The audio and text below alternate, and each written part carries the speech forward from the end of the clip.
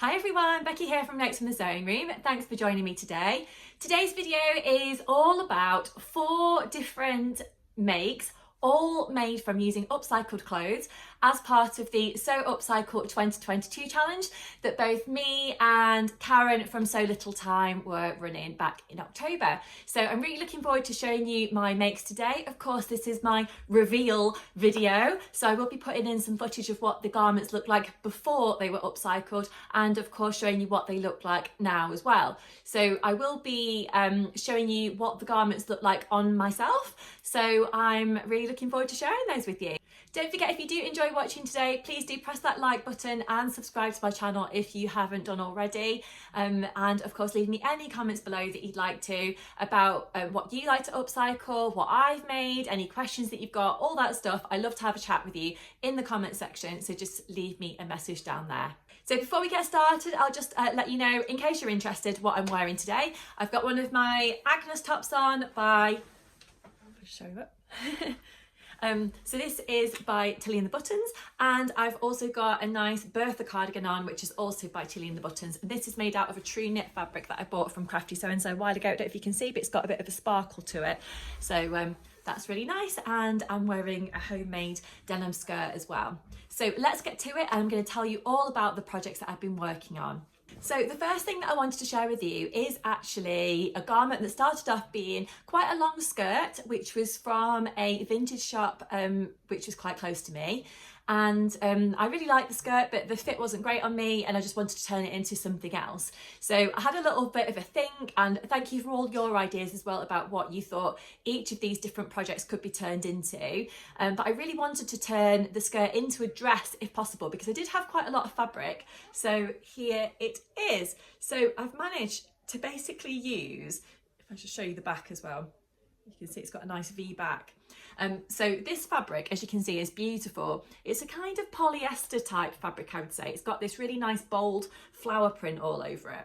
So I've actually used the Sew Over It Betty dress bodice, which is one of my favourite bodices. I really like that. It's a nice fit on me, nice and comfortable, looks quite smart, all that stuff. So I'm quite pleased with that. I didn't have enough fabric to create a facing, so instead I've literally overlocked each of the edges of the seams, and then I've turned them over a couple of times and top stitched them. And for the skirt, I've basically had to join quite a few different panels of fabric together. So I think there was at least, I don't know, 1, 2, 3, 4, 5, maybe 5 different pieces of fabric to join the skirt together. But I've basically created a little gathered skirt on the bottom of the Betty dress bodice, and I'm really pleased with how this has worked out. My husband booked my birthday. It's my birthday back in August, and he actually booked a little trip to London for us. So it was just me and him, and we went to London, and it was really nice, and we actually went to see Back to the Future the musical. So I really wanted something new to wear for when we went to see the musical. It's always nice, isn't it, to have something new to wear? And I just thought, why not? I'm going to try and get this project done in time. So I did, and I'm so pleased. And I wore it with a little green cardigan, and I think it looked quite smart actually. I wore it with some smart-ish shoes, and then my feet started to hurt. So I put on my trainers after that, my kind of trusty trainers, and I was happy and comfortable with that. So yeah, all good. But I think either way, this dress can be dressed up or dressed down. It's a really nice one. So as I said, I'm going to put in a little bit of footage of what it looks like actually on me now, and of course what it looked like before as well. But I'm so pleased that I managed to turn a skirt into a dress this time. I think it would have been really nice if I could create a facing, but unfortunately it wasn't possible. I think actually for the winter time it might be quite nice to wear this with a top underneath. I was thinking like maybe just a grey t-shirt top or something like that, or a black top, or don't really know. Let me know what you think, but I thought it might be quite nice. Just mean that I can get a bit of extra wear out of it over the winter, as well as wearing it into the warmer weather as well. Although I am going on holiday actually next month, coming around quite quick, so I can maybe wear it there as well. But yeah, so I'm really pleased with that one. Love the fabric. As I said, it's got this beautiful print on it, so I think that's right up my street, and I'm really pleased with how that one worked out. Now, the next project that I wanted to share with you is actually a jersey make, and this one started out as a dress, and I was unsure about what I wanted to turn it into. But again, thank you for all your suggestions of what it should be. I did actually put a little poll on my community tab on YouTube as well, and a few of you said a crop jumper, so that's what I decided to do. So the original dress started out looking a bit like a Tilly and the Buttons Coco dress, but it's actually originally from a shop called Principles here in the UK. And as you can see, it's this kind of animal print fabric. It's kind of like a ponte fabric, but I've turned it into a cropped jumper. So it was actually so simple to do. I think the whole thing took me like half an hour probably, because I cut it off at the waistline, and then I've created a hemband, quite a deep hemband to go around the bottom. I left the arms as they were originally and the neckband as it was originally. All I've done is taken it in down the side seam, sort of up to the underarm seam, taking it in down the right side, down the left side, and I've created this bottom hemband. So to do that, had a little bit of a look through my my pattern stash, and I thought, what jumper can I sort of base this on? And I thought, yes, I'm going to turn it into kind of the Sew Over It Roxy Jumper. So the Sew Over It Roxy Jumper is basically a crop jumper, and it's supposed to have I don't know if it's like different arm variations. The one I made had actually got a bit of a ruched sleeve detailing around the cuff. I don't know if there's any gathering around the top, I can't quite remember now, but I just thought, well, I can't do the sleeves because I haven't got enough fabric, and I quite like these sleeves as they are anyway, just a plain sleeve, but I can use the bodice pieces of the pattern to actually have a look at changing this up into a crop jumper. So that's what I did. I used the hemband piece from the Roxy Jumper and based the bodice actually on that pattern as well. So I'm really, really pleased with how that one has worked out. I've worn it quite a few times already with a denim skirt, but I think it could look nice like over a dress as well. That could be quite smart, or you could wear it with jeans or trousers or whatever. I'm personally not really a sort of trouser wearer. They're just not really my thing, so I tend to wear skirts or dresses. So but I think this is probably smart enough that I could wear it into the office as well, so I don't necessarily just have to wear it at home. But yes, as I said, really pleased with how that one worked out. It just shows that upcycling doesn't have to be too complicated. You know, it really didn't take very long. It just took, I suppose, just a little bit of imagination of what it could turn into. But yeah, I'm just so pleased with that one. So thank you for everyone who suggested a crop jumper. It turned out to be a really good idea. My original thought was to turn it into a cardigan, but that would have been a bit more complicated, and I wasn't really sure how it's going to work out. So I'm pleased that I listened to you out there and made this instead. So yeah, super pleased with that. Now, the next project that I want to share with you today actually started out as a dress, and I picked it up from a charity shop back in the summer because I was originally thinking that I was going to upcycle it into a different kind of dress, perhaps, to wear for Goodwood Revival Festival. But basically, I ended up getting some other fabric, I made another dress, and the upcycling thing just didn't really work out. So I wanted to use it as part of the Sew Upcycle challenge that we were running in October. Not that I was entering, of course. I wasn't entering the challenge because we were actually hosting the challenge, but I did of course want to take part and make some stuff myself.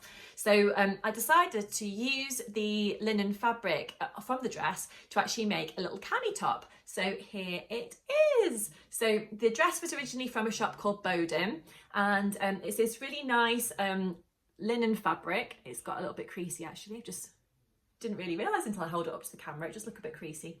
But it's this kind of really bold flowery print, and I think it reminds me of being a bit like retro 1960s, but I've actually turned it into the True Bias Ogden cami top. So I had enough fabric to create the front and back bodice pieces, and then I've actually had to join a couple of bits of fabric together to create the facing on the inside of the top. And then of course I've created the sleeves as well. Oh, sleeves, should I say straps? That was wrong, straps. But yes, so this is going to be perfect for summer. I guess I could actually layer it up under another top to wear in the winter months maybe.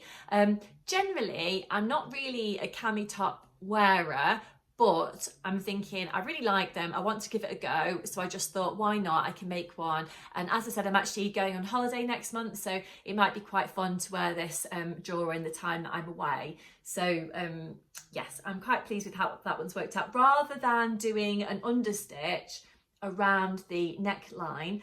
Because the fabric's quite sturdy, I decided instead to do a top stitch. So I've actually top stitched the straps to hold them nice and flat, and I've actually top stitched all the way around the front and all the way around the back necklines as well, and that I think has worked out quite nicely. I've also top stitched the just the bottom area as well, so I've literally overlocked the hem, turned it up a couple of times and then stitched it. So but I'm really pleased with that one, and it's nice sometimes to make things that are a little bit out of your normal kind of pattern range, stuff that you usually wear, if you know what I mean. So I'm pleased with how that one's worked out, and hopefully it'll just give me a little bit of something different to put on during my holiday, maybe with a floaty skirt or a denim skirt or something.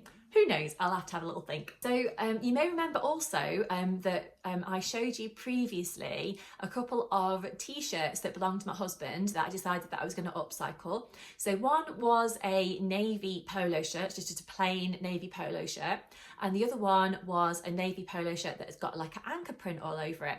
So both of them were nice, but they were basically just too small and just didn't work anymore. So I wanted to turn them into ideally a little matching set for my little boy William. But unfortunately, I didn't have enough fabric to create a top and a bottom, even if that was like shorts and a little t-shirt.